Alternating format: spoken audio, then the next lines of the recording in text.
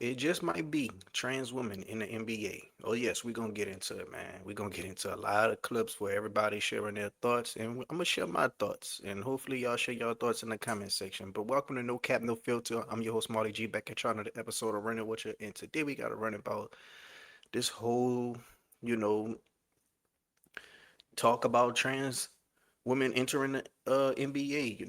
Now I think they said they're gonna be able to come through like through the draft or whatnot. And I'm gonna go through a lot of clips with people, just voicing their opinion on the situation. I think it all started with Sophie Cunningham making her opinions on it, and that's gonna be the first clip we're gonna get into, man. So without further ado, let's get into the clip.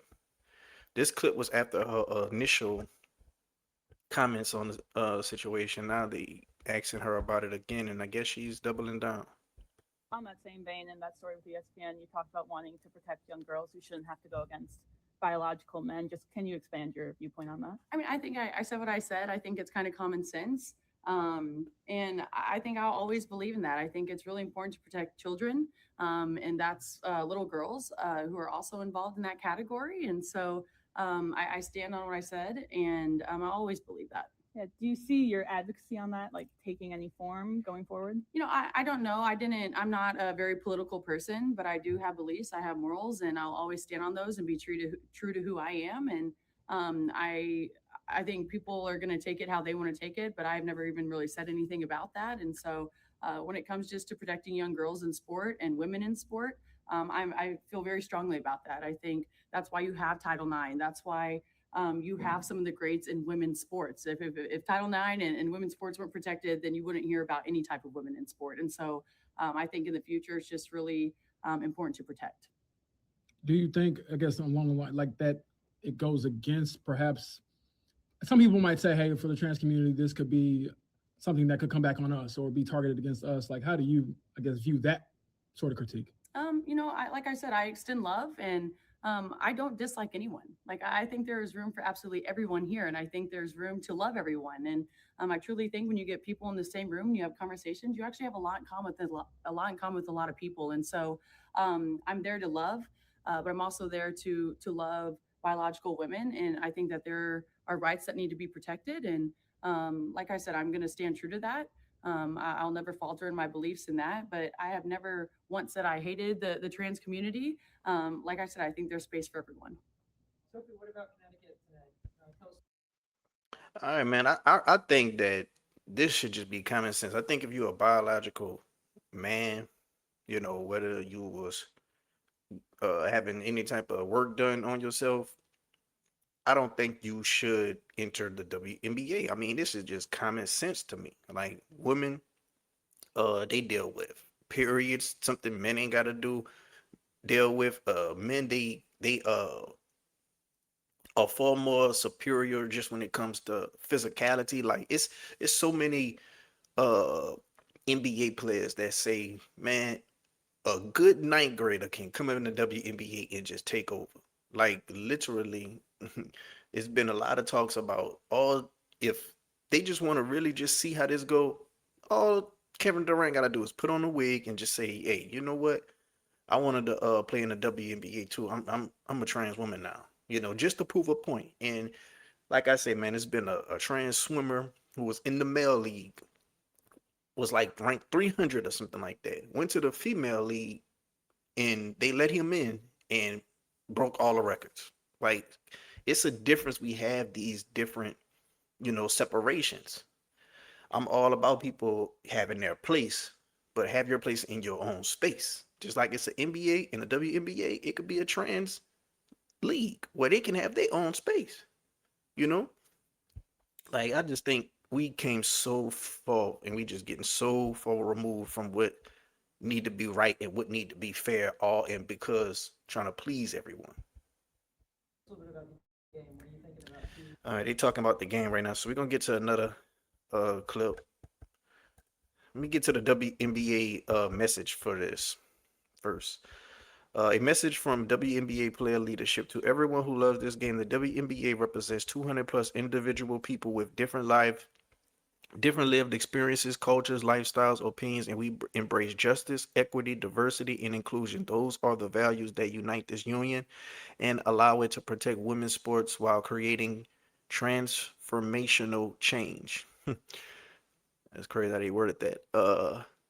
Hate, abuse, and demonization of any person or group of people, including transgender people, only fuel fear, division, and harm. We will continue to have the hard conversations, but we will not be used as political pawns. Supporting the players, supporting the fans, and at games, notify security if you witness hateful, violent, or abusive behavior. Online report abuse posts and drown out the bots and bad actors. At home, tell your elected officials to strengthen the title.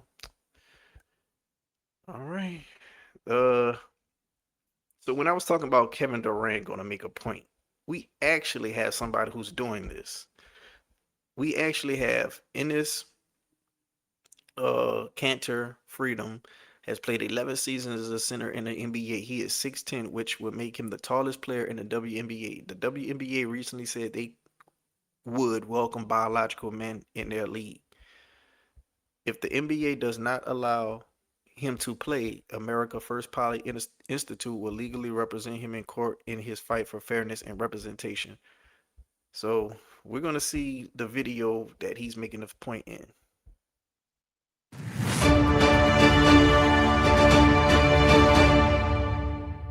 After careful consideration and reviewing the current eligibility guidelines, I am officially declaring myself a WNBA prospect. If simply declaring who you are is all that's required, then I meet every single requirement necessary to compete in the WNBA. My team and I have carefully examined the WNBA's eligibility criteria and governing framework surrounding self-identification and inclusion. Based on the current guidelines, I can and am officially declaring my eligibility for the upcoming WNBA draft in May 2027. I am definitely not here to mock, make fun of, or disrespect any community or personal choices. I am simply asking that the current rules be applied equally to everyone. The rules that represent the very values many WNBA players and coaches have publicly advocated for. My team and I are prepared to ensure these guidelines are applied equally, consistently, and without exception. And I look forward to the WNBA honoring its stated principles. See you at training camp. I can't wait till this happen. Now, see, he doing this to really prove a point. You know, he said what he said at the end, but he was just saying that for just so people don't think, oh, he's making a mockery and all this and all that. But he's really proving a point. He's 6'10". He's gonna be the tallest in the whole league, and on top of that, he's gonna be the strongest. Yes, he's 35 years old, but he will still dominate all those women in the paint. Trust and believe me. Like, it's gonna be so easy. And if you don't believe how easy it's going to be, let me go ahead and show you. Okay. This guy right here, gigantic, gigantic 6'3" tall transgender basketball player dominates the court while playing for Morocco in Women's Basketball League. Julie Titart has said he would happily join the WNBA if they asked him if they contact me. He won't say no. Now this dude has put up like 20 something points and 20 something rebounds. À 3 points qui décoche sous les sifflets des Monégasques. Et la remontée de balle, il y a un 2 contre 1 à jouer là. Est-ce qu'elle peut y aller toute seule? Tétard sur le Eurostep. Like, that's crazy. Elle a effacé Look at Marie. this. On a vu Olga Tarasenko encourager ses troupes alors qu'on revoit ce fall à 3 points. This qui is what décoche this is how sous les far we've sifflets des come, people. Monégasques. Et la remontée de balle, il y a un 2 contre 1 à jouer là. Est-ce qu'elle peut y aller toute seule? Tétard sur le Eurostep. Elle a effacé Marie. Now you're gonna have all these people. This is what's gonna happen. All of them gonna try to apply for the WNBA, and they're gonna make more in the WNBA than what they're making in their other country. And on top of that, they're gonna become some type of influencer or some type of hero, and they're gonna get brand deals and all this, and everybody gonna just do it for clout. Some people gonna do it for actual make a standing or prove a point, but some people, a lot of people gonna do it for clout. And now you're just gonna have this influx of just, you know, women and trans women, and it's just gonna be a mess, in my opinion. Let's see what Boosie has to say. Please keep them Jamwana mans out the WNBA. You was made a man to play against one.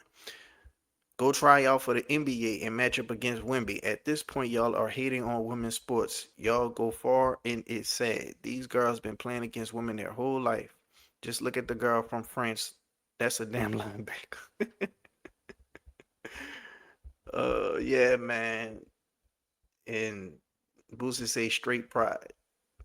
Like, yes,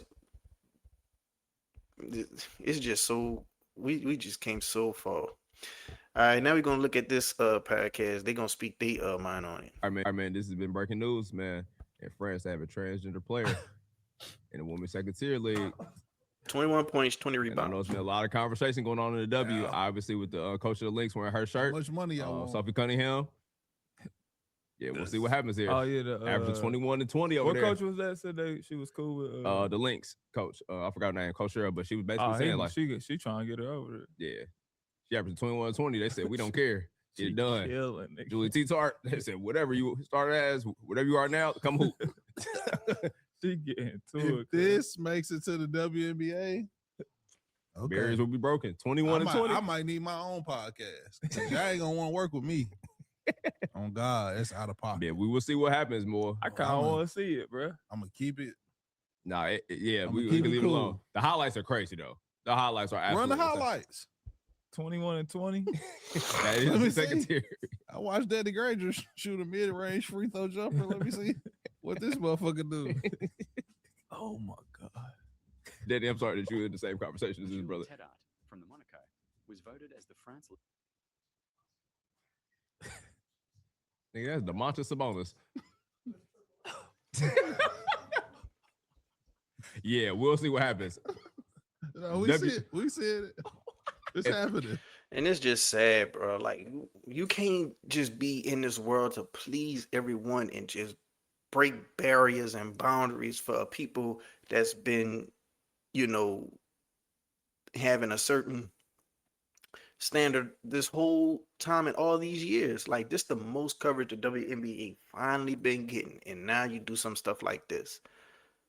Like with Angel Reese and Caitlin Clark and Sophie Cunningham and Asia, all these star players been doing for the coverage of WNBA. Yes, the ratings still don't be, in a profitable manner, but it's been more eyes than ever nonetheless.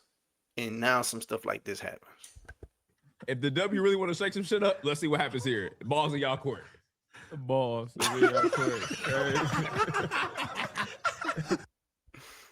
The jokes just write themselves. Let's see another young lady with her opinion on it. Well, this is a coach right here. Let's see what she say. I know you don't have the fever again in the regular season, but coming out of the break, one of the big news stories has been Sophie Cunningham and the protests for her and protests against her. And, they had a national televised game today and Cheryl, wore a shirt, and it's just a conversation. I'm wondering just, what do you think about it? Do you think that's good for the league? Does it detract from the basketball? Is it just noise? I'm just wondering what your opinion is. I think, thank you for that question. I think just in terms of how I'm seeing it is, if I could answer with for me, sports is about belonging. It's about inclusivity. It's about allowing everyone to be their authentic self. I'm big on that just because I have been criticized for my height, for my ethnicity. I've been in those "you shouldn't belong here" many times. And for me, I don't want that space, especially Golden State, to ever feel like that. So I'm all about women, little girls deserving to play, and that includes trans women. So I'm all about inclusivity. That's crazy. I know. So I think, let me go ahead on.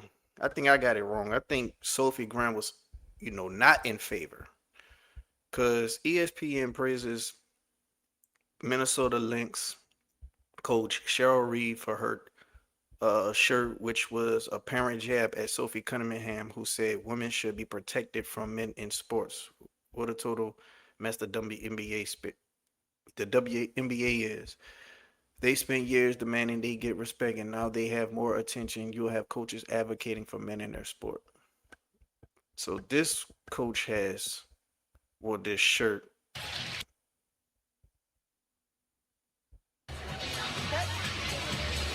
Well, we see Cheryl Reeve wearing a shirt today in support of trans kids. Trans kids belong on the shirt. This in the aftermath of Sophie Cunningham's recent comments. We actually saw Cheryl and Sophie speaking at center court pregame. And yesterday, Cheryl Reeve spent a lot of time talking at length with the media about this topic. I would encourage anyone to go and listen to Cheryl Reeve's comments. Incredibly thoughtful, easy to find online, and just encourage anyone to go and listen. Yeah, man. So yeah, I think she was against it. So my fault in the beginning of the video. One more video I wanted to play.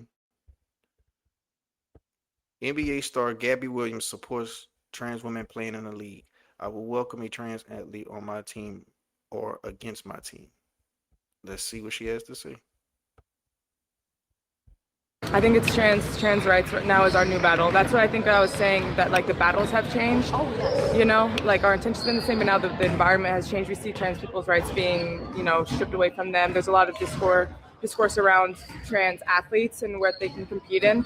I would welcome a trans athlete on my team or against my team anytime. I don't think it's a problem in the world. It's just another way to kind of attack trans people.